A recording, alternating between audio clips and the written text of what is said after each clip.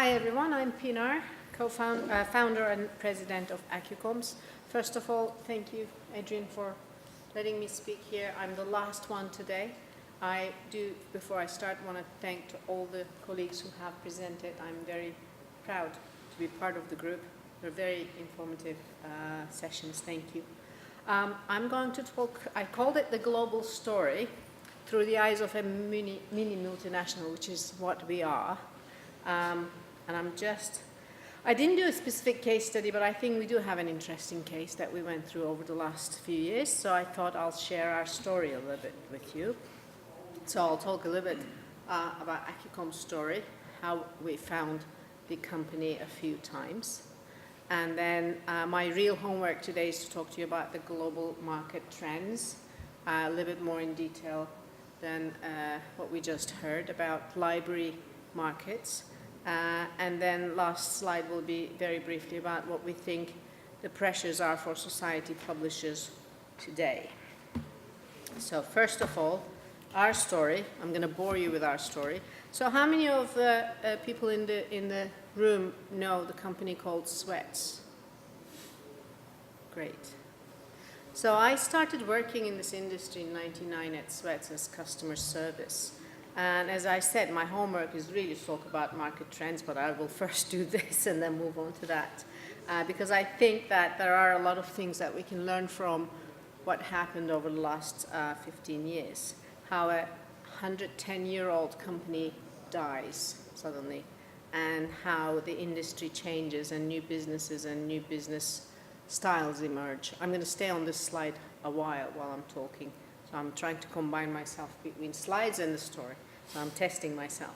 And how nothing is static in our industry, which is very characteristic for us, right?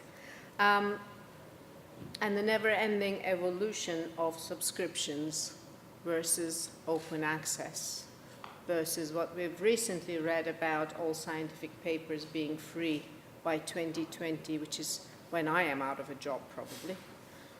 So first of all, my title, it says I'm the president of the company. Well, that's the only way you get taken seriously in the US, definitely. And I am the founder of the company, which is correct. I did found the company, and not only once, which I will tell you about. As I said, I started working as customer service at Sweats, which has been the best school for building my career.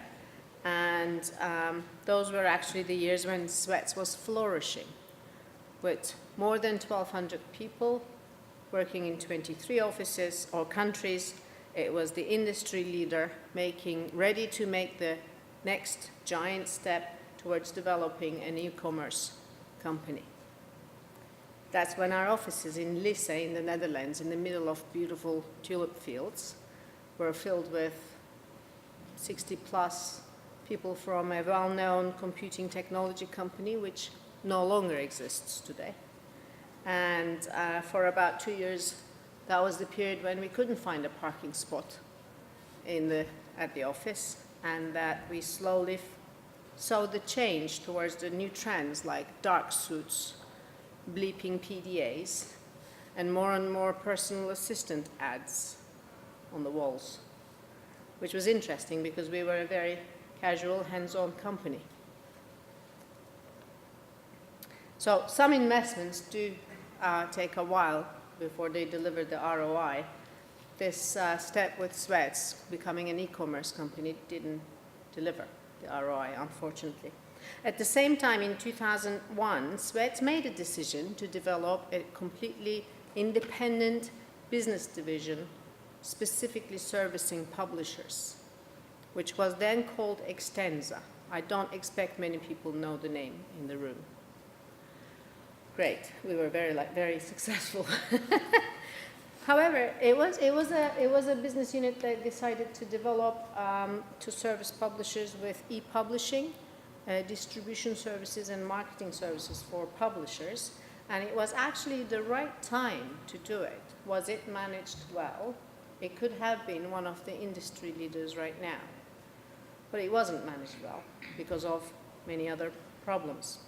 So I personally firmly believe that in the need of proper customer service and sales support services for publishers, which is why I left the company early 2004, and exactly 12 years ago in June 2004 at SSP in San Francisco, I launched AccuComms on my own.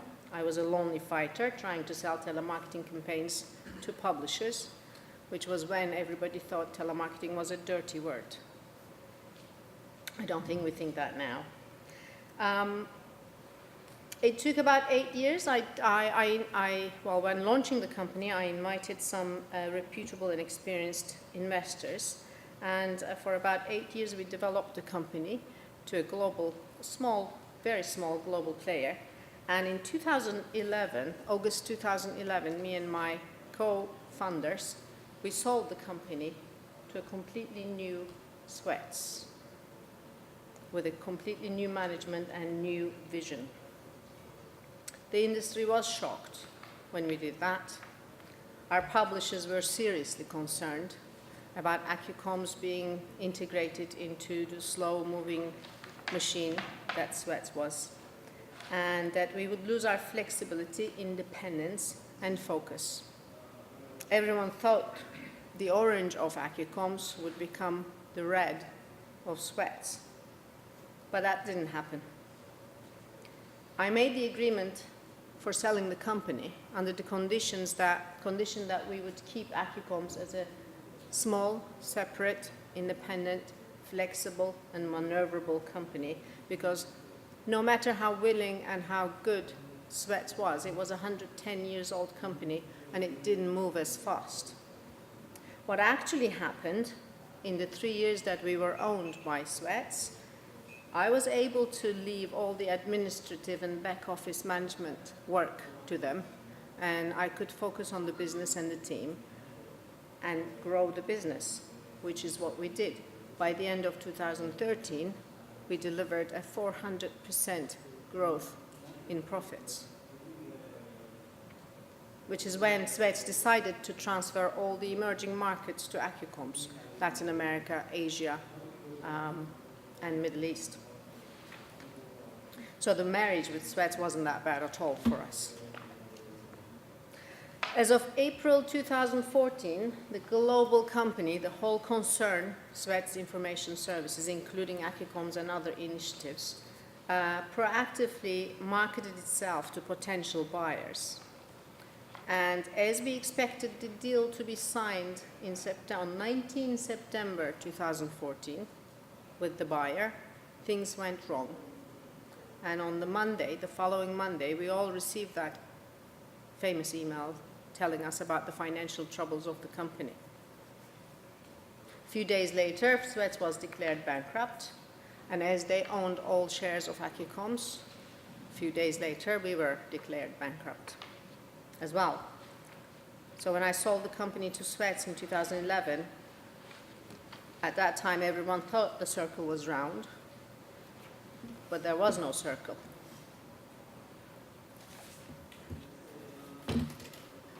There I was, along with my 38 colleagues and my 400% growth in profits, bankrupt, fired, and unemployed.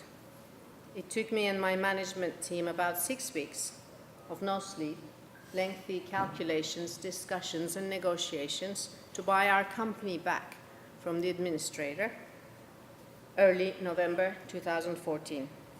That is when I founded my company a second time.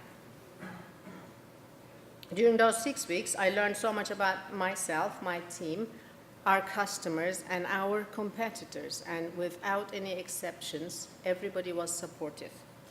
And after the rebirth, we promised ourselves to continue running our business in a very transparent way, to tell the truth and to keep our promises. And we've spent the whole year in 2015, which was our first year, focusing on our core business, and we ended the year with 65 staff members, almost doubling our resources.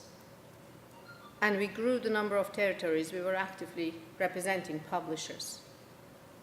I will talk about those markets and territories in a minute, I promise.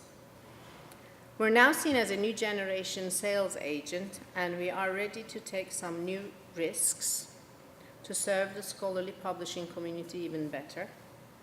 I am preparing to recreate and transform the company a third time, which is going to enable us to solve some problems that society publishers are having nowadays. I will talk very briefly about that as well in a minute. This is a picture of an animation movie that we have created at our 10th year at SSP 2 years ago. SSP is important for us, guys. And that's on YouTube. When you say AccuComms, you'll see the animation movie. It just tells our story, how we started and grew. It's just a running story, and this comes to the point of us being part of Sweats, etc., etc. So that was our short story. Thank you for bearing with me. So now I'm going to go back to my homework and prove you that I did my homework and talk about some markets. And I will talk predominantly about more emerging and growing markets, the markets that are a little bit far away from the mostly US society publishers. So Latin America, it's a market with a lot of potential. It's been several years that publishers have seen the potential in Latin America. The countries with high sales potential are, there's Brazil, obviously one of the two largest economies in Latin America, where many institutions still renew their subscriptions and they buy new subscriptions. And you can be successful in selling into institutions directly or through the CAPES consortium, which has 160 members.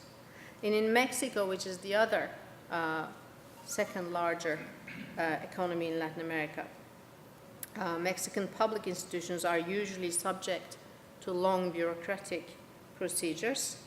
However, this country offers many opportunities for new sales in public and private sectors. In both countries, actually in the whole territory, there's a very strong tendency for migration into online resources and opportunities for new sales revenue both on institutional level and a consortia level, with CONRICET being a very strong purchasing power with over 400 member institutions. Colombia is a middle power and a regional actor. Sales cycles in Bogota and Medellin will depend on the type of institution.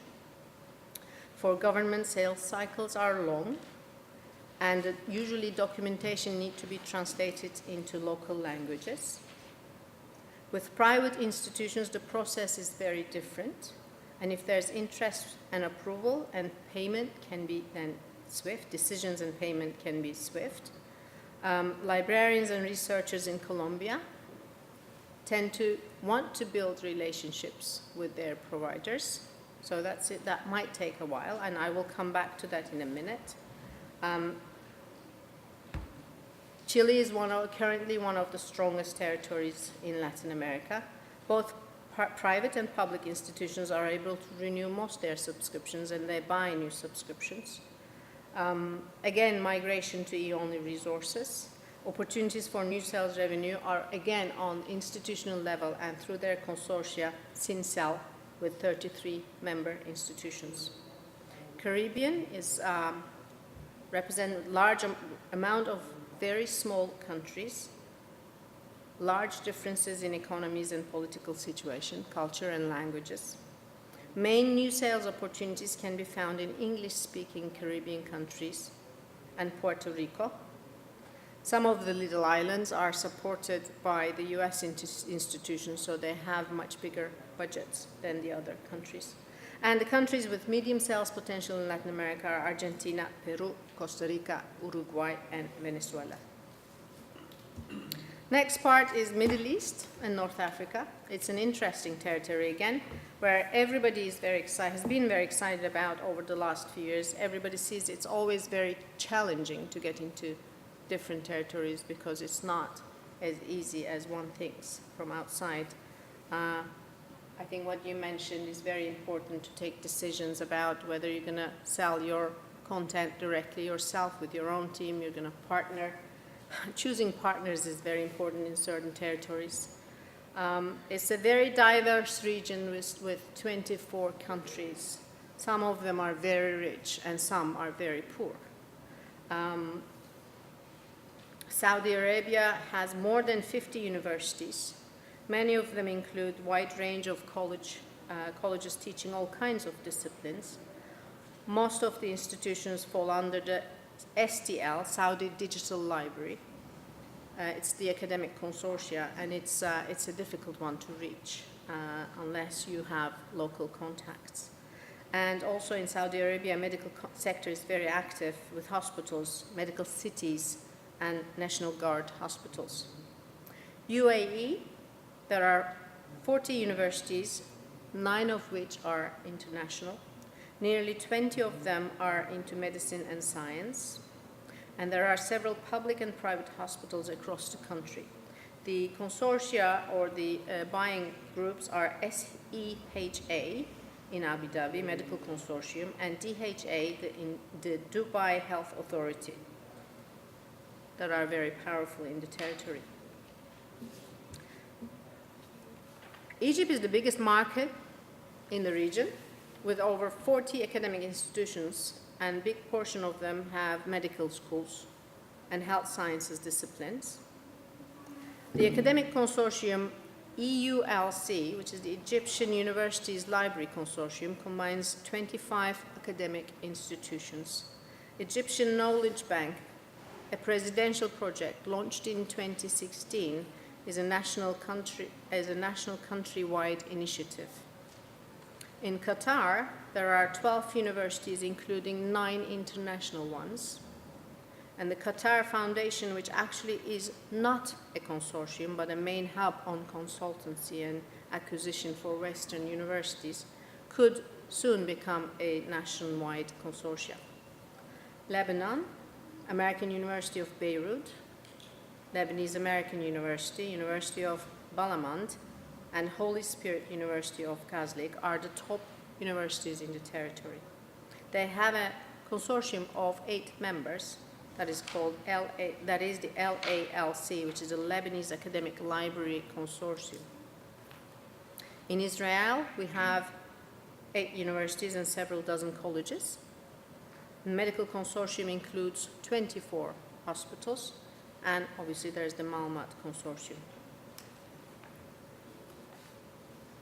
I'll jump over to India, which is one of our biggest growth areas as well. So it was very interesting to see your presentation, which is aligned, or we're aligned with you, let me say that. So India is one of the fastest growing economies in the world today. The expenditure on education and research is rising gradually. The government is making all abilities to rapidly improve and match the global standards. India's urban population is projected to rise with 41% by 2030. There are more people with internet connection in India, and it is the 3rd largest economy by purchasing power parity and 7th largest world economy by nominal GDP. The growth indicators in India are the strong growth in healthcare expenditure, increased funding for basic research, R&D spend being stable, the privatization of higher education, and the growth in e-journal and e-books market. The key consortia in India is AIIMS consortium with 6 medical institutions of higher academic and medical research. There is Helinet consortium of 40 medical institutions, and Dalcon for research labs, and there is the Center of Scientific and Industrial Research, and there's AirMed consortium with medical institutions in India, and gradually will expand in the next 2 years. And again, as I said, it has been one of the territories where we have seen tremendous growth, whereas India a few years ago was seen as all right, it's not going to grow as fast as we thought. It's a confusing market. It's difficult to, operate in. But we do see quite strong growth there. Asia Pacific, we are operating in a few markets, not all of them. So I'm not going to talk about China because we don't do any business in China. There are other strong players in China. Korea, with a population of 51 million, 82% of the nation use internet. They have 60 national universities and 140 private universities. In the hospital market, there are 150 medical libraries and more than 20 government institutions and corporates. KESLI is the biggest consortium with 621 institutions, of which 50% are academic, 30% R&D and corporates, and 20% public libraries and hospitals. KERIS consortium is operating with 400 libraries, academic libraries as members, and they subscribe to scholarly databases funded by the government.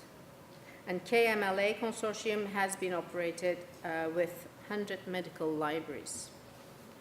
Taiwan has 160 public and private universities and is one of the strongest health sciences markets for publishers in Far East. In the hospital market, there are 19 medical centers and 35 local hospitals. Digital Library Alliance of National Military, based out of Taipei, is a consortium for military hospitals in Taiwan. Hong Kong has 8 government-funded academic universities, and 2 in Hong Kong and 2 in Macau. A highly efficient healthcare system with impressive health outcomes for its citizens, and there are over 52 hospitals, of which 41 public and 11 are hospitals, private hospitals. In Singapore, we have 2 medical schools with over 2,000 medical practitioners serving patients in different hospitals across the country. The World Health Organization declared the healthcare facility of Singapore as best in Asia and as 6th best in the world. So currently Singapore has 13 private hospitals, 10 public hospitals, and several specialist healthcare centers.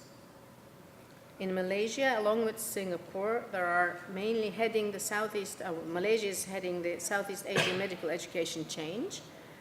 It has currently 20 medical schools, and economy has been shrinking in the past 2 years because of the political situation and the government corruption. Thailand, quickly, 22 institutions that offers medical programs, and education budget increased almost 10% in 2016. I'm not going to go too much over all the countries in Europe, but we do see tremendous potential in Central Eastern Europe, with European Union member states invested about 250 billion euros in research and development in Central Eastern Europe, and we do see quite potential in selling into these countries. The Baltic states, Estonia, Latvia, and Lithuania, are stable and growing. EU structural funds play a large role in financing R&D in the territory. On many indicators, Estonia has been the most progressive in recent years. However, Lithuania is set to remain the fastest growing economy. In Southern Europe, we see in France newly formed purchasing groups like ComUE. They put together universities, museums, research centers in order to benefit from advantageous buying power.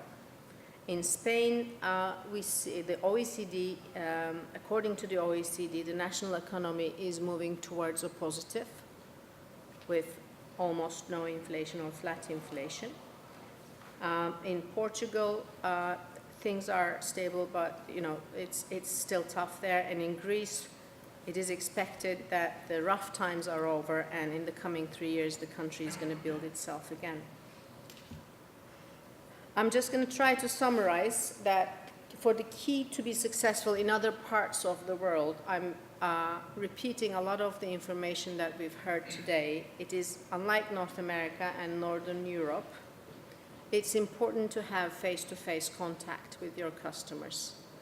Most librarians, they appreciate the effort of publishers for meeting them face-to-face, And if they are choosing between content purchasing making content purchasing decisions between two publishers, they will always choose the one who has made the effort to go and see them. As soft as it sounds, it is true. It's important to go to the fair shows and the conferences to meet with them. They appreciate it very much and find it very useful to be contacted in their own language. Sometimes it is the reason for publishers to work with partners. Sometimes you have to develop marketing information in their own language and the licenses in their own language. Sometimes we have to get invoices translated by notary and apostilled by notary public to make it possible for them to pay. Librarians in different cultures, they like to talk about the problems their institutions have. They'd like to talk about their own problems. It's very important to listen to them rather than tell them about your products all the time. They just appreciate this more than we value it in the northern side of the world, actually. And there is a culture of never saying no in some territories. This might translate for us, the selling people, whether we're agents or we're publishers, that we end up with a lot of trials because they will find it very rude to say no to you when you're selling your content. And we as salespeople, publishers as salespeople, have to filter through those trial requests, making realistic forecasting. Every trial doesn't mean a sale, especially in territories like Latin America. They will not say no to you because it's rude. It's important to know these cultural differences. My last slide is about the pressures that society publishers face. We do see increasingly that they do face some problems. As society publishers, they publish top quality content, but they are mostly too small for being attractive for bigger institutions and buying groups, consortia, national funds, etc. And we have seen in different territories that bigger purchasing groups are forming themselves more and more. They're not always able to reach bigger audience faster, and they are pressured, pushed in the corner between two options, whether they will be staying independent, self-publishing, or will they go with the larger commercial groups. If they choose the latter, there's a risk of losing control about their business and their business potential, their revenues, and their branding. We do believe there's a need for a true alternative, but I can't say anything anymore about that. Tomorrow morning in the break, we're going to be launching a new service. So that's all the promotion I'm going to do. But it is going to, for us, it's important to serve the cause to help society publishers remain independent. So that's our story. Thank you for listening to our story. And I think that's the end of our session today. Yeah.